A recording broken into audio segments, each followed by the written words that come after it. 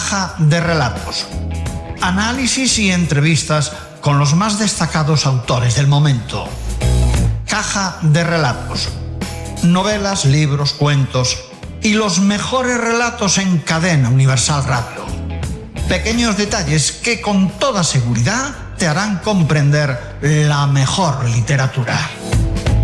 Caja de relatos, dirección y producción de Marcial González.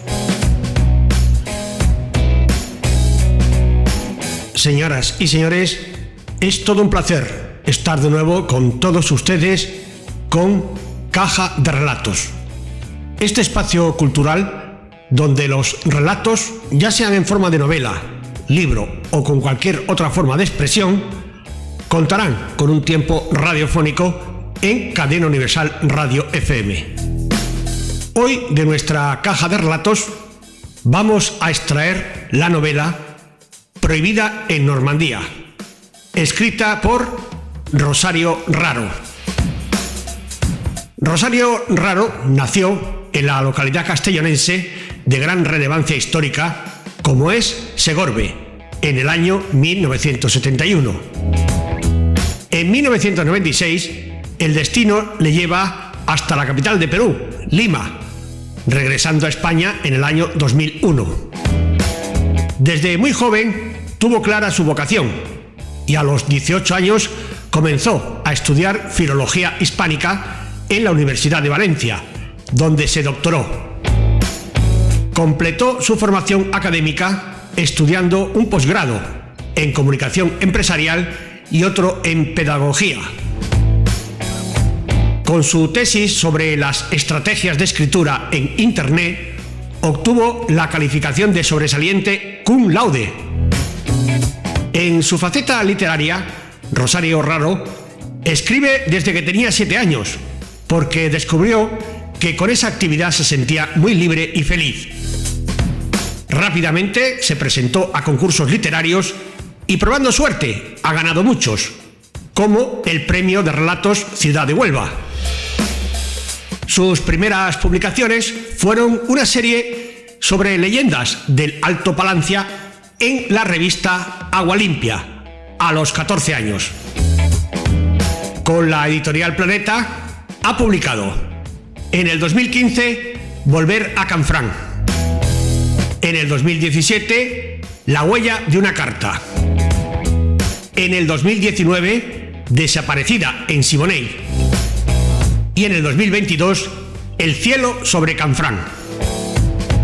Desde hace 20 años, Rosario Raro es directora del Aula de Escritura Creativa de la Universidad Jaume I de Castellón. En esa misma institución ha sido profesora de lengua española en los grados de Traducción, Periodismo, Historia y Patrimonio. Además, Rosario Raro ha puesto en marcha la iniciativa Semillero de Libros, con la que acompaña a quienes escriben en todo el proceso de redacción, publicación y promoción de sus obras. Ahora, Rosario Raro nos presenta su última novela, Prohibida en Normandía.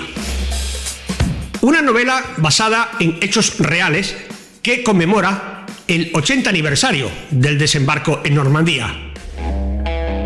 La novela rescata la lucha de una de las reporteras más vigorosas y deslumbrantes del siglo XXI.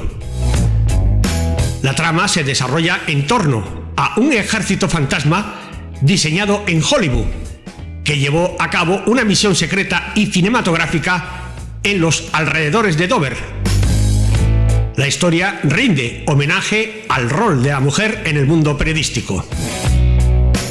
Pero para conocer más detalles de esta novela de Rosario Raro, Prohibida en Normandía, nuestro compañero Alberto López la ha entrevistado por teléfono desde su estudio móvil. Así se desarrolló dicha entrevista. Caja de relatos, la mejor literatura. Y entrevistas con los más destacados autores del momento. Hoy en Caja de Relatos nos acompaña Rosario Raro para hablarnos de su última novela, Prohibida en Normandía, Como su propio nombre indica, trata del famoso desembarco de Normandía, que tanta en la historia se ha suscitado no solo en la literatura, sino sobre todo en la historia, y que todavía restan muchas por contar, como así nos va a desvelar la propia autora. Rosario Raro, buenos días y muchas gracias por estar aquí en Cadena Universal Radio. Pues muchas gracias por la invitación. Me gusta muchísimo el nombre de Caja de Relatos, porque esto se trata de contar historias, y además, pues precisamente cuando apenas hace unos días que se ha cumplido la efeméride del 80 aniversario del desembarco de Normandía, ¿no? Como decías. Bueno, en primer lugar, coméntanos cuál es la génesis, cómo ve la luz esta nueva novela tuya de Prohibida Normandía. Pues mira, yo tenía muy presente la figura de Martha Gellhorn, porque fue la corresponsal de guerra más importante, al menos de la primera mitad del siglo XX, y siempre me había interesado mucho su vida, su carácter, su escritura, porque tiene una manera de escribir magnífica, una adjetivación inédita y una precisión admirable. Y claro, eran estas historias pues que los que escribimos seremos así pues en la trastienda, ¿no? En la recámara, por decirlo de alguna manera, y me pareció muy oportuno pues publicar la novela precisamente pues en este año, ¿no? Entonces, de alguna forma siempre me había acompañado, me identifico con muchas cosas, ¿no? Que ella decía que escribía. Y bueno, pues quería darle el lugar central, ¿no? Ese primer plano, pues que en vida de alguna forma no consiguió, pues porque ella decía siempre que no quería hacer una nota a pie de página de la vida de otra persona, y bueno, siempre se la cita, o casi siempre en relación con Hemingway, pues con quien estuvo casada apenas 5 años. Claro, y es que al hilo de esto nos pones votando la segunda pregunta, que tiene que ver precisamente con Ernest Hemingway, al que se homenajea y se da buena cuenta en esta novela. ¿Por qué ve homenajeado su legado histórico y su legado de escritor Ernest Hemingway en tu novela? ¿Qué has visto de atractivo en el personaje? Pues mira, en ese momento, en 1944, pues ya era una estrella, ¿no? Del periodismo, de la literatura. Martha Gellhorn y él se habían conocido en Montmartre, no podía ser de otra forma, en este caso en Cayo Hueso, en la península de Florida. Él le propuso que lo acompañara pues aquí, ¿no? Que vinieran a España para cubrir periodísticamente la guerra civil. Y bueno, compartieron esos años, y lo que pasó fue que conforme aumentaba el brillo de Martha, ¿no? Pues con su quehacer, su desempeño, también era verdad que estar junto a él pues la eclipsaba, ¿no? Le dedicó la novela Por quien dobla las campanas. Y bueno, pues en el desembarco de Normandía no está documentado que él estuviera por los alrededores, ¿no? Y ella sí que pisó la arena en el sentido literal, estuvo en la playa de Omaha, y en cambio pues su crónica, al contrario de lo que sucedió con la de su entonces todavía marido, pues no salió a la luz. Y es que la novela también es un canto en favor de las mujeres y en favor de un feminismo que estaba completamente prohibido en la época en la que suceden todos estos hechos. En este sentido, coméntanos cuáles son los aspectos más llamativos de la protagonista de Martha que has podido destacar en la novela y por los cuales fue expresamente prohibido por el alto ejército que desembarcó en Normandía de los aliados. Pues mira, respecto a ella, mi forma de reconstruir el personaje ha sido a través de su escritura, ¿no? Porque yo creo que es una manera pues bastante fidedigna lo de conocer a alguien por cómo escribe. Después también es cierto que he descubierto una mujer pues con un carácter intrépido, pues que además sentía esa obligación moral, ¿no? De contar las vidas de los otros. Y como tú dices, pues su relato no coincidía con la historia oficial que quería imponer pues la propaganda del ejército. Entonces, pues ella contó cosas por las que le acusaron de antipatriota, pues por ejemplo, que más de 30.000 ciudadanos franceses habían muerto bajo las bombas pues de los aliados, no de los alemanes, y entonces eso pues no se le perdonó. Y es que además la novela es un homenaje muy extenso al mundo de los corresponsales de guerra. Y en este sentido, además de los protagonistas de Marta y Ernest, ¿con cuáles te quedarías que hayas conocido a lo largo de tu carrera?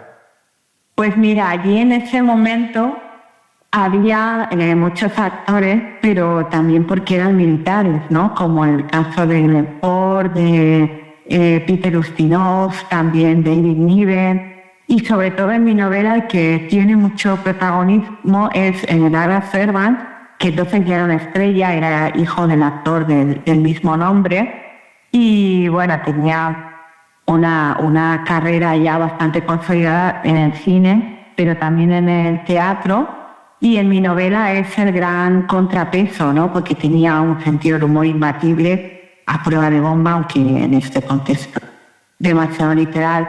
Y me interesaba mucho, ¿no? Que se viera cómo era la cotidianidad de estos hombres que se dedicaban al arte, pero que se habían visto envueltos en esta circunstancia, acontecimiento histórico que fue pues el desembarco de Normandía. Al hilo de todo esto, ¿y cuáles son las presiones que ejercían los ejércitos para intentar reescribir o intentar influenciar las crónicas de los corresponsales de guerra? Pues claro, todo lo que se escribía, artículos, reportajes, crónicas, etcétera, eran supervisados por la censura militar, ¿no? Porque querían que los jóvenes en Estados Unidos pues continuaran alistándose, porque entonces no se sabía cuánto iba a durar la guerra todavía. Y no solamente en el caso de los periodistas. Por ejemplo, el director de cine John Ford rodó una película simultáneamente a cuando estaba produciendo el desembarco de Normandía por encargo del gobierno estadounidense, y cuando esa cinta llegó allí a su país, pues decidieron que no se iba a proyectar en las salas de cine por la dureza, ¿no? de las imágenes, porque claro, entonces contravenía, ¿no?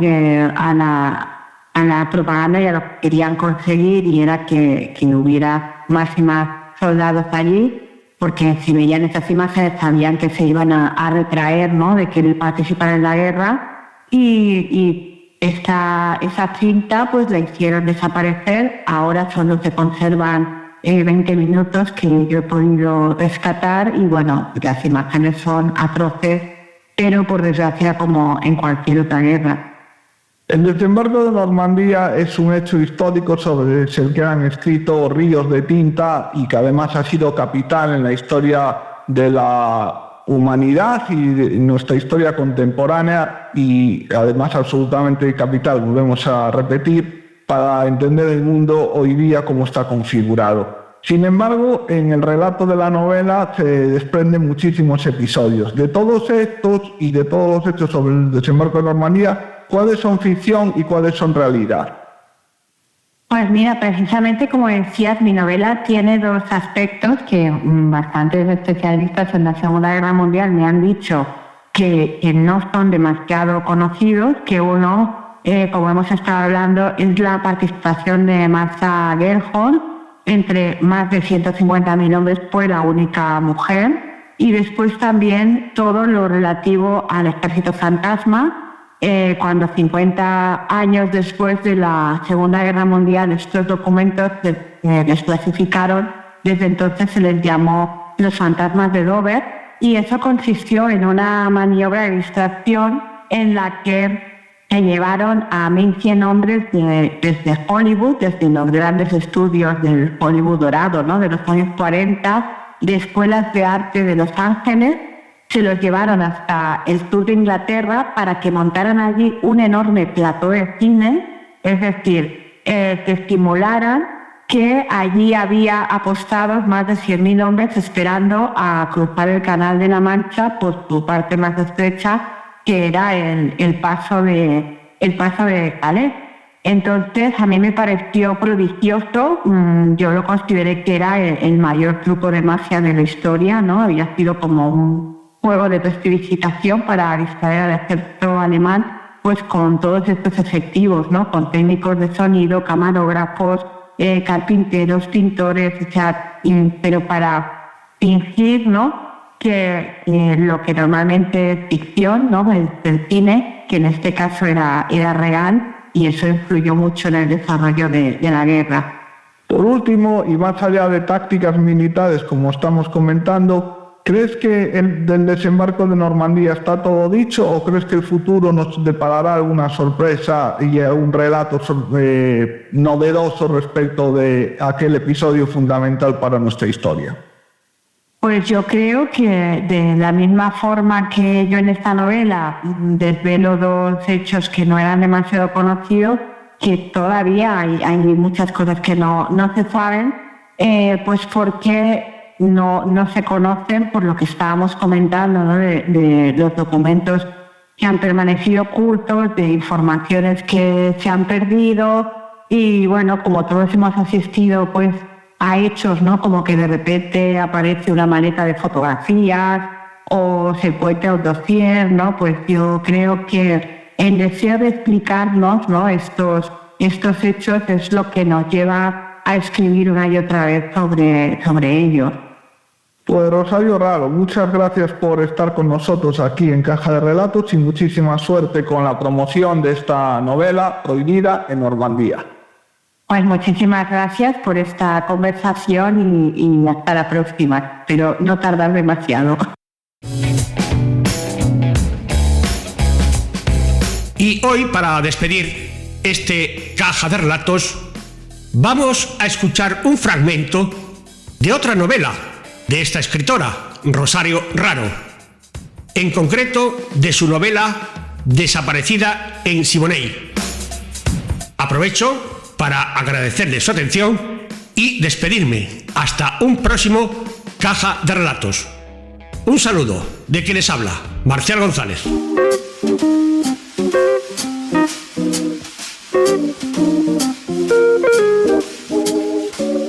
Primera parte. 1. Siboney, miércoles 2 de diciembre de 1874. Habían pasado ya 3 días desde la desaparición de Dulce. Por la ventana del salón, Romy vio el carruaje de ruedas altas y forma de taza parado frente a la entrada principal de la hacienda Nuestra Señora de las Mercedes. Su doncella entró y la apremió para que se preparara. «Vamos a la ciudad a ver a Dada. Es una mujer que ayuda a los demás a entender sus vidas.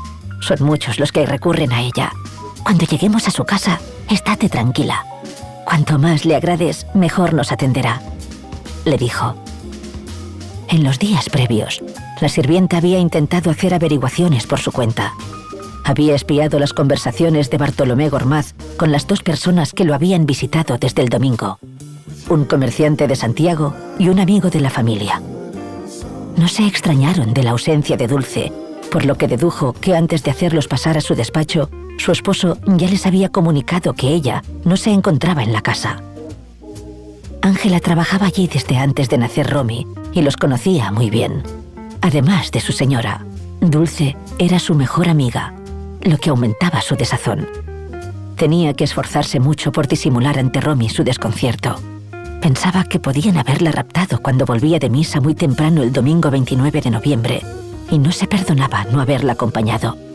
Dentro de la berlina, que saltaba al trote de los 2 caballos, Ángela le cogió la mano a Romy. Ambas permanecieron en silencio durante todo el trayecto. Media hora después, estaban ante la santera. Vestía toda de blanco, con varias prendas amplias y bordadas superpuestas, y un turbante plisado del mismo color le cubría gran parte de la cabeza. Sobre el pecho, voluminoso como el resto de su cuerpo, le caían varios collares de colores intensos. Tenía la piel muy oscura y arrugada, pero una sonrisa permanente que la rejuvenecía.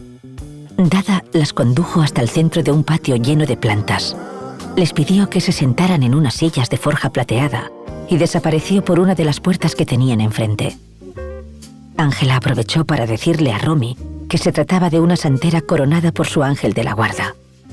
Quiso añadir algo más, Pero en aquel momento, la mujer regresó con un balde lleno de agua perfumada y comenzó a esparcirla con las manos en todas direcciones. «Vienes a registrarte», le dijo a Romy sin mirarla y sin esperar respuesta. Con esa expresión era como se denominaba aquella forma de adivinación. «Los caracoles del oráculo de Dilogún son 16», continuó. «Los que caen boca arriba hablan y los que caen boca abajo callan. Además, otros 5 harán de testigos». Romy asintió. Tenía las manos sobre la falda, los hombros un poco encogidos y las piernas muy juntas. Había oído hablar antes de aquellas prácticas, pero como de algo ajeno que no pertenecía a su mundo. Dada dejó el barreño en el suelo, sacó algo del bolsillo de su delantal y lo extendió sobre la mesa colocada contra una de las paredes del patio. «Acercaos», les dijo. Había desparramado sobre la tabla unas conchas de cauri. A Romy le parecieron cáscaras de huevos pequeños y nacarados. En el lado más plano tenían una abertura con 2 filas de dientes, como si fueran minúsculas bocas abiertas. Del otro bolsillo de su delantal, la santera extrajo varios objetos que colocó ante ellas. Una semilla, una cabeza de muñeca de porcelana, un hueso y una moneda. Se inclinó para coger de nuevo el balde, mojar su mano y acariciar con ella la frente de Romy. Después, tomó los caracoles con las 2 manos y se los pasó por los hombros y por el pecho. Le pidió que se pusiera en pie para acercarlos también a sus rodillas.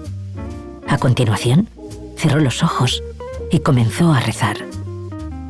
«Que no haya muerte, que no haya enfermedad, que no haya tragedia, que cualquier cosa mala que se presente sea alejada, que no haya pérdida mala en la familia, que venga lo bueno».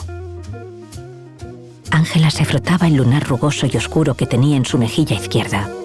Sabía que con estas palabras la santera pedía la bendición de los difuntos y la protección de las deidades y del resto de fuerzas de la naturaleza, de las que quería extraer la energía positiva, la buena fortuna y el acierto en la interpretación de los caracoles.